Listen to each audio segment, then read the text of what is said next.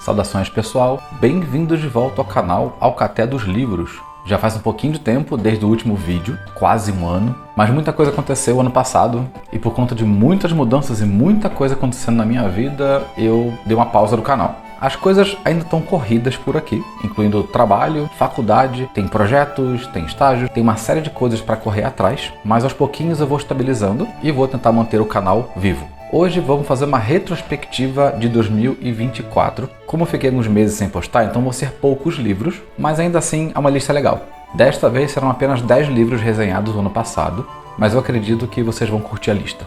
O primeiro livro é A Alma do Homem sobre o Socialismo, de Oscar Wilde. É um livro muito bom, que nos traz as divagações e os pensamentos do autor acerca da situação dos trabalhadores do século XIX. Ele fala sobre a igreja, sobre o povo, sobre as fábricas, e ele vai puxando o socialismo como a única solução para que tanto o indivíduo quanto a sociedade possa descobrir e utilizar todo o seu potencial. O segundo livro é Medeia, de Eurípides. Essa peça nos conta a história de Medeia, que é temida, é poderosa e muitas vezes subestimada por ser mulher. A peça se trata de Medeia com seus 2 filhos sendo abandonada por Jasão, que simplesmente decide se casar com uma princesa. O livro nos conta como Medeia se sente depois de ter feito tudo por Jasão e ser responsável pelo sucesso do herói, e de como ela trama a sua vingança, tanto com a princesa, contra o rei e contra o próprio Jasão. A peça nos narra uma torrente de fúria e de emoções e de conflitos da própria Medeia e de como ela planeja e executa o seu plano. O terceiro livro se chama 7 Minutos Depois da Meia-Noite, de Patrick Ness.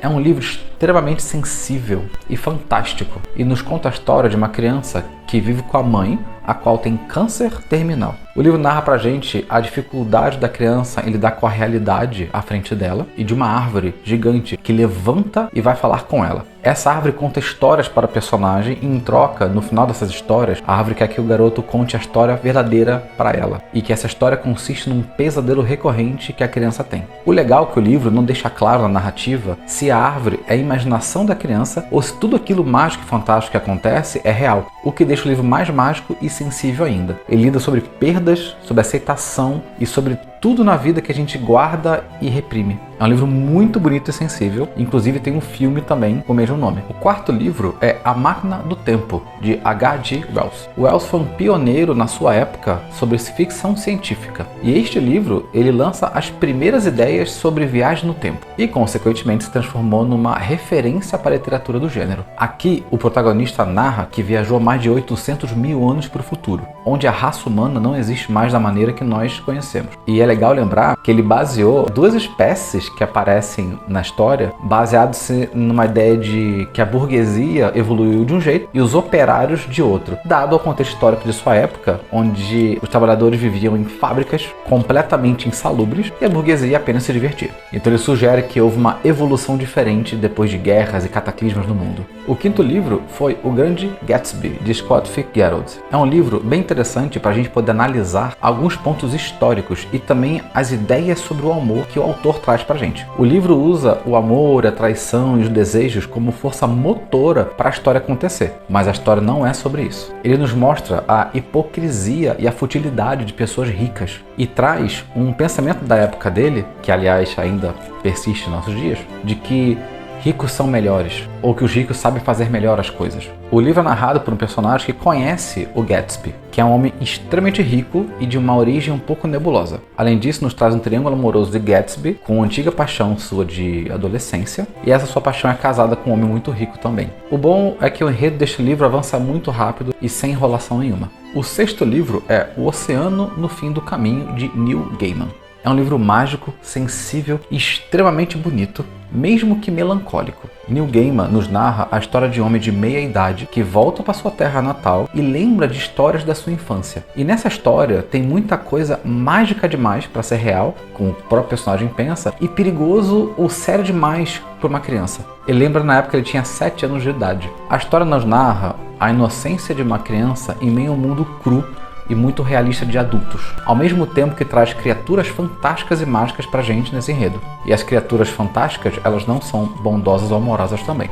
O enredo é emocionante, deixando um quentinho no coração, mesmo que um pouco triste ou melancólico. O 7º livro é A Tragédia de Otelo, o Mouro de Veneza, de William Shakespeare. Esta é mais uma tragédia de Shakespeare que nos traz Otelo, que é um homem negro e com uma posição militar de liderança em Veneza. No enredo, Otelo casa escondido com a filha de um político muito influente. E isso traz insinuações e racismos bem pesados na sua época, e que existe até hoje, né? Porém, na trama, um dos personagens odeia muito Otelo. Ele vai tentar fazer de tudo para que Otelo suspeite da lealdade de sua esposa. Tudo com a intenção de destruir o personagem e roubar o seu cargo. Como é uma tragédia, a gente sabe que nada realmente acaba bem. O 8º livro é A Casa das Belas Adormecidas, de Yasunari Kawabata. Eu já adianto que é um livro um pouco perturbador, mas que nos traz uma certa sensibilidade em situações muito desconfortáveis. O enredo nos traz um personagem, que é um homem de idade, e que ele descobre uma casa em que homens muito velhos, e que o próprio autor fala que não são mais homens, podem dormir com meninas virgens, nuas e completamente sedadas. Existem regras rígidas em que eles não podem fazer nada demais com as meninas, mas mesmo assim é muito desconfortável. O livro narra o personagem experimentando essa casa. Ele começa a voltar na casa, porque dormir com a menina muito jovem traz para ele não só desejo, mas também traz lembranças. Então ele pensa na filha, ele pensa na esposa, ele pensa em amores antigos. Cada vez que ele retorna para essa casa, ele se depara com emoções novas, com lembranças novas, e isso causa um rebuliço nele. Esse livro nos traz muitos questionamentos do personagem, mas tudo forrado por muito desconforto, afinal, uma situação horrível, mas ao mesmo tempo ela é sensível em muitas partes. Como é um livro que mexe com a gente, eu recomendo também. O 9º livro é Memória de Minhas Putas Tristes, de Gabriel Garcia Marques, ou Gabo. Este livro foi abertamente inspirado na Casa das Belas Adormecidas, de Yasunari Kawabata, que foi o livro anterior a esse que eu li. Coincidentemente, não foi de propósito. Mas aqui, o narrador está completando 90 anos de idade. Na primeira página, a gente gosta do personagem por ele ser um senhorzinho. Mas na segunda, na terceira, a gente começa a odiar o personagem. Ele decide, simplesmente no início do livro, que ele quer comemorar os seus 90 anos de idade com uma menina virgem. Então, a dona de um cabaré arranja uma adolescente para ele. Então, o personagem, que é completamente errado em muitos sentidos, dorme com a menina sem fazer nada, e aí ele começa a ter sentimentos pela menina. Até porque no livro ele fala que ele nunca dormiu com ninguém que não fosse pagando, e nunca deixou de consumar o ato com ninguém que dormiu. Então, pela primeira vez, ele começa a tentar reparar na menina. Ele diz que descobre o amor. E o livro, eu não preciso dizer, ele é completamente desconfortável, e o personagem, que é esse senhorzinho, ele fica idealizando e romantizando tudo que acontece. Mas é uma pegadinha do autor, tem nada bonito acontecendo. O personagem provoca na gente sempre desconforto e antipatia a cada parte do livro que a gente avança. Eu acho o livro bom porque ele mexe muito com o leitor e causa sentimentos dúbios na gente. Até porque o personagem não é de todo ruim, mas ao mesmo tempo isso também se configura como algumas armadilhas para despertar alguma empatia por esse personagem que não merece nenhuma. O 10º livro é A Morte de Ivan Ilitch, de Lev Tolstói. É uma novela de Tolstói que nos narra a vida e a morte de Ivan Ilitch. No livro, Ivan Ilitch é um juiz arrogante e que liga para convenções sociais. E aí ele descobre um dia que ele vai morrer. Então ele começa uma busca pelo sentido de tudo que ele fez. E no meio de toda essa ideia de morte, é que ele procura se agarrar se existe alguma vida para ele. Eu acho um livro magnífico e de uma sensibilidade ímpar, que nos mostra justamente essa busca pela vida quando se sabe que vai morrer. Então é isso, pessoal. Faz um bom tempo que eu não posto no canal, então eu pretendo fazer isso com mais frequência. Eu não vou abandonar esse espaço. Espero que tenham gostado dessa retrospectiva. Ela foi curtinha, tudo bem, apenas 10 livros no ano passado, mas haverão mais livros desse ano lidos para fazer uma melhora o ano que vem.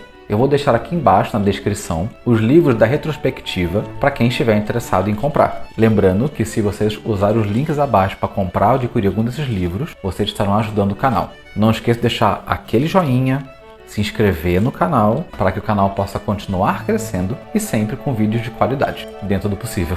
É isso aí, pessoal. Muito obrigado por ficar até aqui e até o próximo vídeo.